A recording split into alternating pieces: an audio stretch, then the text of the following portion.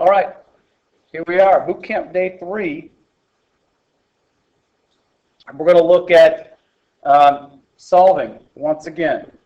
Whether we're going to solve these polynomial equations, we're going to factor. This should look familiar to you. What do we do first? Factor out the greatest common factor. If there's 4 terms, we're going to try to factor by grouping.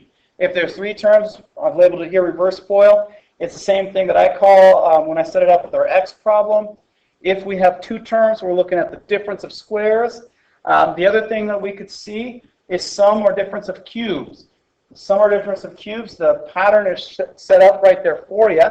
And I will be using the pattern today when I do factor the sum or difference of cubes. So the key to factoring sum or difference of cubes is to make sure you write it as perfect cubes. Okay? Write it as perfect cubes.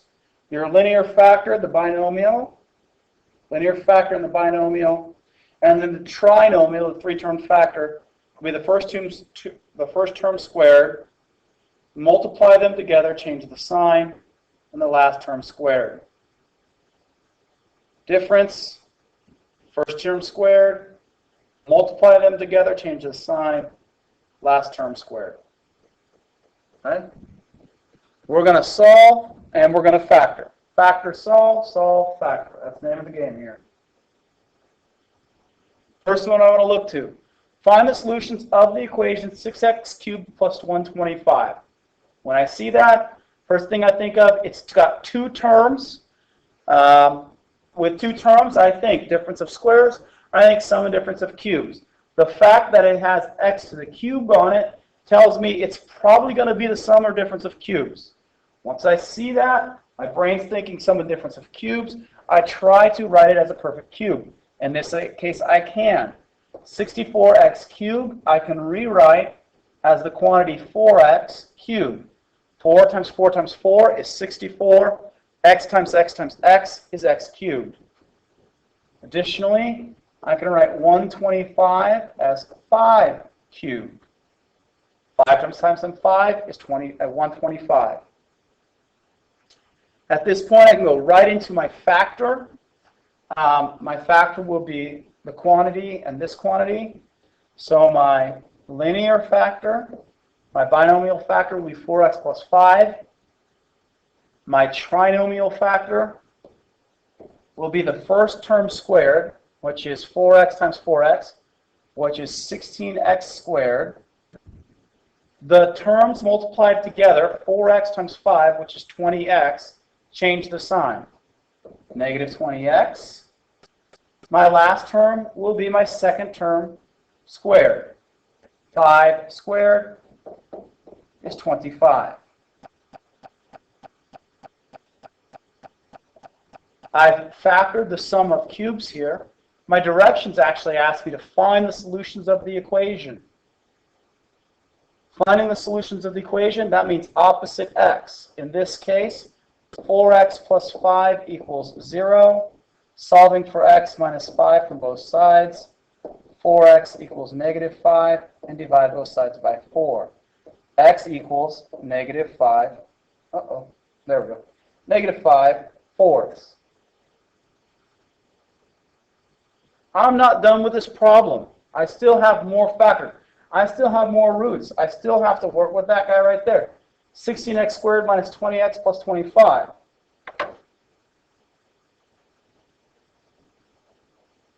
I'm going to come back to that problem in a second. 16x squared minus 20x plus 25.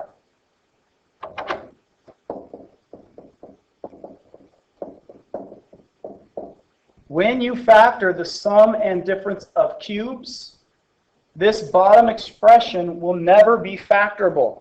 You can try and factor it. I'm telling you it won't be. Doesn't work. It's one of the properties of the sum and difference of cubes. So in this case, if I need to find the roots, I have my one real root, x equals negative 5 fourths. If I needed to find my 2 imaginary roots, I would do the quadratic formula on this. A equals 16, b equals negative 20, and c equals 25. Quadratic formula, x equals a negative 20 plus or minus the square root of negative 20 squared minus 4 times 16 times 25 over 2 times 16. I'm going to number crunch this. That's really what this is. X is going to equal 20 plus or minus square root. For that in a sec. 2 times 16 is 32. 20 squared is 400. Negative 4 times 16 times 25. 16 times 25 times 4 is negative 1600. From what we talked about yesterday, you should see that we have two imaginary roots here because that's going to be the square root of a negative. 20 plus or minus, it still has to finish this up though. 32, 400 minus 1600 comes to negative 1200. We have to simplify negative 1200 now.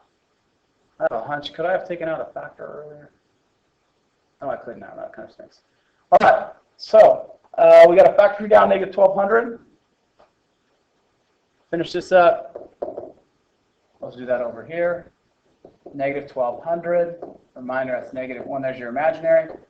1,200. For me, I'm going to write that as 12 times 100. And I like 100 because that's 10 times 10. 12 I like, that's 4 times 3, and 2 times 2. So, writing this out, that's going to be 20 plus or minus. Pair of 2s, 1, 2 goes out. Pair of 10s, 1, 10 goes out. So I have 2 times 10 outside for 20. I have my I on the outside from the negative 1. And I've got root 3 left out on the inside. It's over 32. We talked about how we simplify here. Only simplify when you have a common factor. I have 20, 20, and 32. I can take out a factor of 4 there. 4 goes into 25 times. 4 goes into 25 times. 4 goes into 32 8 times. So x equals 5 plus or minus 5i square root of 3 over 8.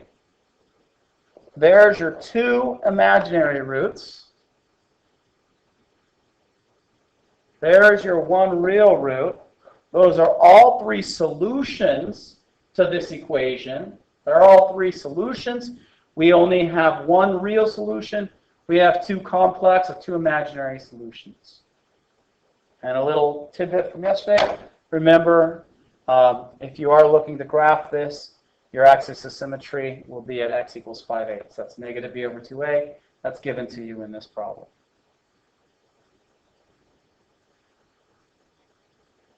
Lots of what we've done before.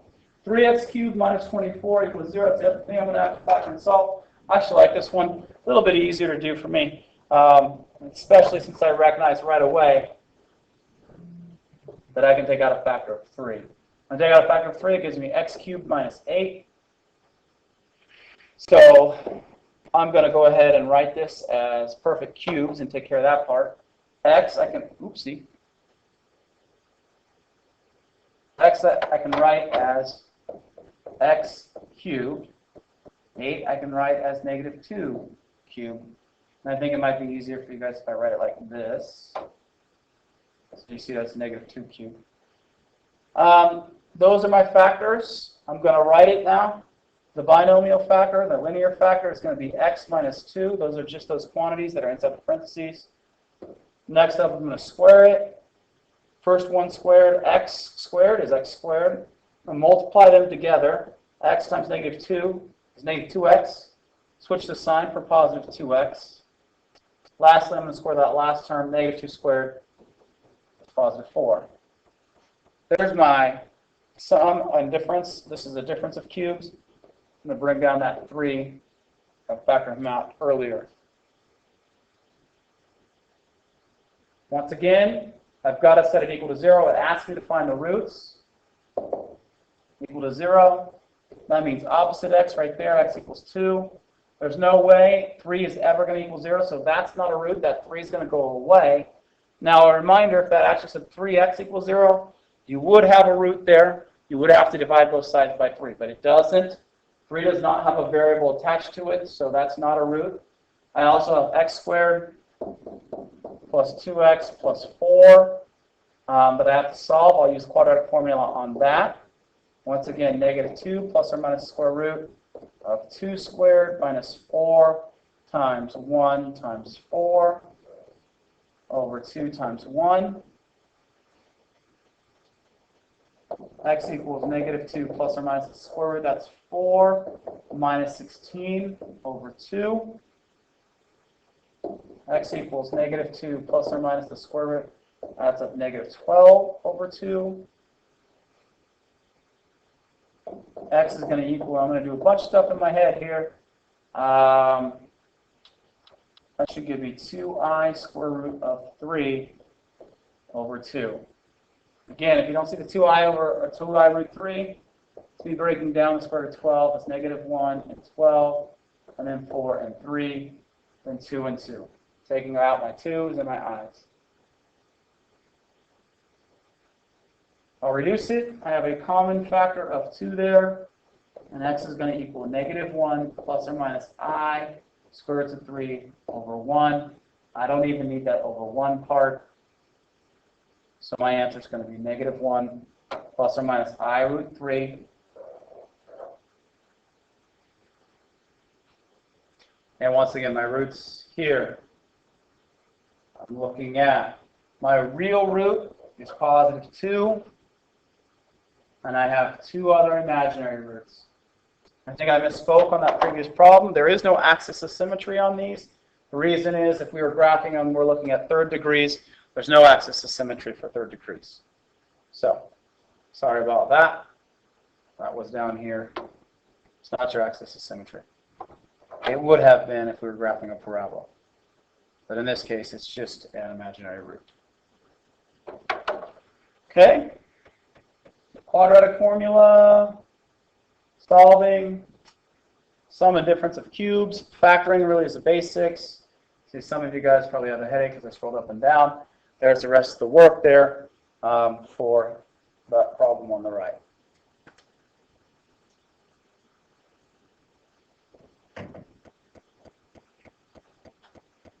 All right, next example. Find the solutions of the equation 16x to the 4th minus 1. Right now, I can't divide out a common factor, but I tell you, there's only 2 terms there. When there's just 2 terms, it tells me look for things. Look for the sum and difference of cubes. Look for the difference of squares. Well, Mr. Wood, I don't see a cube. I don't see a square. Actually, this is a deceptive square. 16x to the 4th is a perfect square. It's x squared. So my difference of squares here will actually factor to the square root of 16x to the 4th, which is 4x squared. 4x squared times 4x squared is 16x to the 4th. Square root of 1, positive 1, negative 1. Remember, difference of squares, one's positive, one's negative. There's our factors. This problem is asking us to find some solutions, so we'll go on to that in a second. I want to continue factoring completely if I can. 4x squared plus 1, that is not the difference of squares anymore. I can't factor it anymore. However, 4x squared minus 1 is the difference of squares again. 4x squared is a perfect root, and 1 is a perfect root. So that'll factor to 2x minus 1 and 2x plus 1. Remember, 4x squared plus 1 does not factor that way. Problem that didn't just ask us to factor. Problem also asks us to find the solutions. That means when this whole thing equals 0. That means opposite x. That means opposite x. Again, if you can't do that in your head, set 2x minus 1 equal to 0 and solve it algebraically. 2x plus 1, set it equal to 0, solve it algebraically. That takes care of your 2 real roots. We also have 4x squared plus 1 equal to 0. We have some imaginary roots here. How do I solve that for x squared? Minus 1 from both sides. That gives me 4x squared equals negative 1.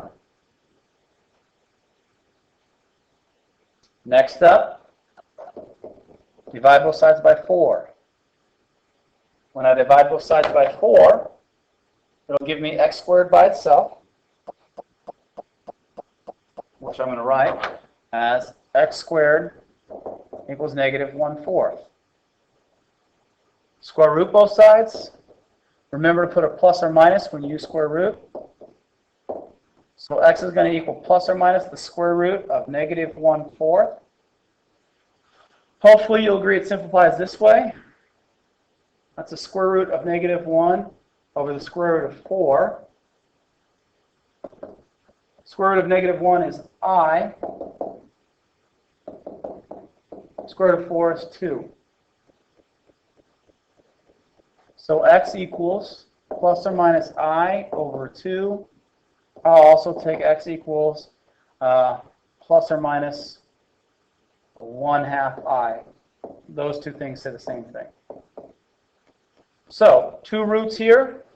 They're both imaginary. Two real roots here. That's where this polynomial, 16x to the 4th minus 1, touches the x-axis.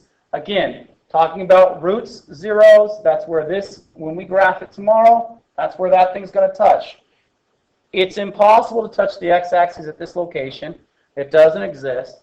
But it is possible to touch at this location. So there's going to be two roots, or two times, that this polynomial expression is going to go through our x-axis. All right, second problem. X to the 4th plus 6x squared plus 9 wants us to find the solutions. What do we find is factoring.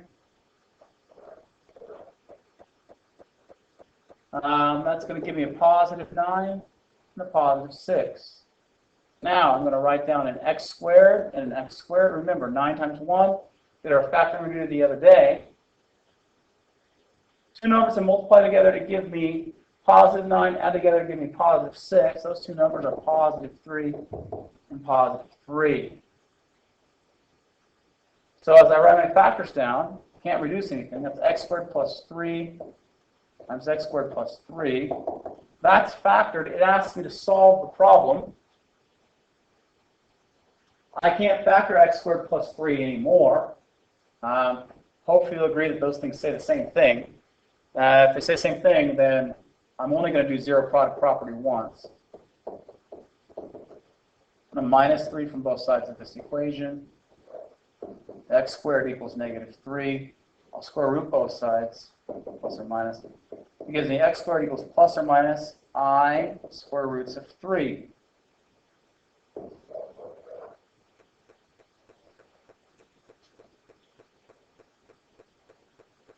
Hopefully you'll agree if I did it to that one, I'd get the exact same thing. So I solved this problem. I have no real roots there. I have two imaginary roots.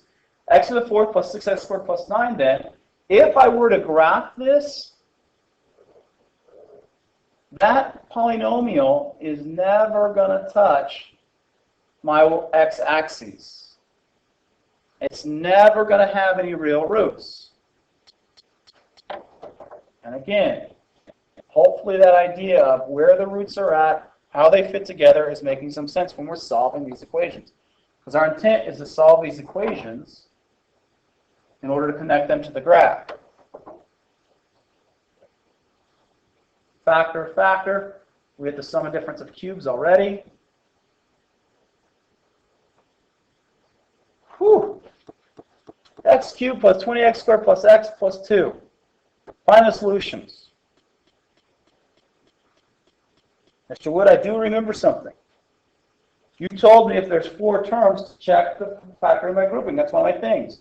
Yes, there's 4 terms here. That means after you look to remove a common factor, and there's none here, x cubed plus 20x squared plus x plus 2, I'm going to try to factor by grouping. 10x cubed plus 20x squared plus x plus 2. Set it up. 4 terms cover up the right, look at the left. Biggest thing you can pull out between 10x cubed and 20x squared. I remember when we did this. That's going to be 10x squared. Indeed it is. If you factor out 10x squared, that's going to give you an x plus 2. Double check your work, make sure it fits. You know you factored out the common factor correctly if the thing you factored out from both sides, which is going to be x plus 2, is the same. Again, biggest thing I can factor out covering up the left, looking only at the right. The biggest thing I can factor out there is a 1. If I factor out a 1, it gives me x plus 2. Factor by grouping, you know it's factored correctly. If you have a common factor removed from both sides, in this case it's x plus 2, your other factor is going to be 10x squared plus 1. That is going to be equal to 0. They said solve it. Oh, thank goodness, I have an easy one here. Opposite x. Good. X equals negative 2. That was an easy one. 10x squared plus 1. I can't factor that. It's not the difference of squares. It's not the sum of difference of cubes. Great. Solve it. Minus 1 from both sides. Gives you 10x squared equal to negative 1. Divide by 10, and x squared equals negative 1/10. Hopefully you're thinking we're going to get imaginary roots again here. We are. Square root plus or minus. X equals plus or minus, let's see, it's going to be the square root of negative 1 over the square root of 10. X equals plus or minus, and that's going to be I over the square root of 10. And that's good enough for me. I'll leave that at that. If you do choose to rationalize it, that's great too. Multiply by your special one. If you do rationalize it, it'll come to this. And again, you don't have to rationalize it. I'll keep that fine how it is. Either one of those work for my answer. Again, 2 imaginary roots here and 1 real root. And it matches. I had 3 possible roots. In this case, we had 2 imaginary and 1 real. Okay. Factor by grouping. Factoring the sum and difference of squares. Factoring using our diamond problem. And factoring the sum and difference of cubes. You have examples of every single one of these factoring techniques. Difference of squares, sum and difference of cubes, sum and difference of, sum and difference of squares, sum of cubes, difference of cubes, diamond problem, which is our x, as well as 4 terms for grouping. So you have examples of each. We'll be factoring all day long again today. Tomorrow we're going to put it all together and see how it connects to the graph. Remember, roots go with zeros. Zeros is solving. We have many techniques to solve. Most of them is by factoring. The other thing that is not on this video that we'll cover in class will be synthetic division and synthetic substitution. So we'll cover that in class tomorrow. This concludes boot camp day 3.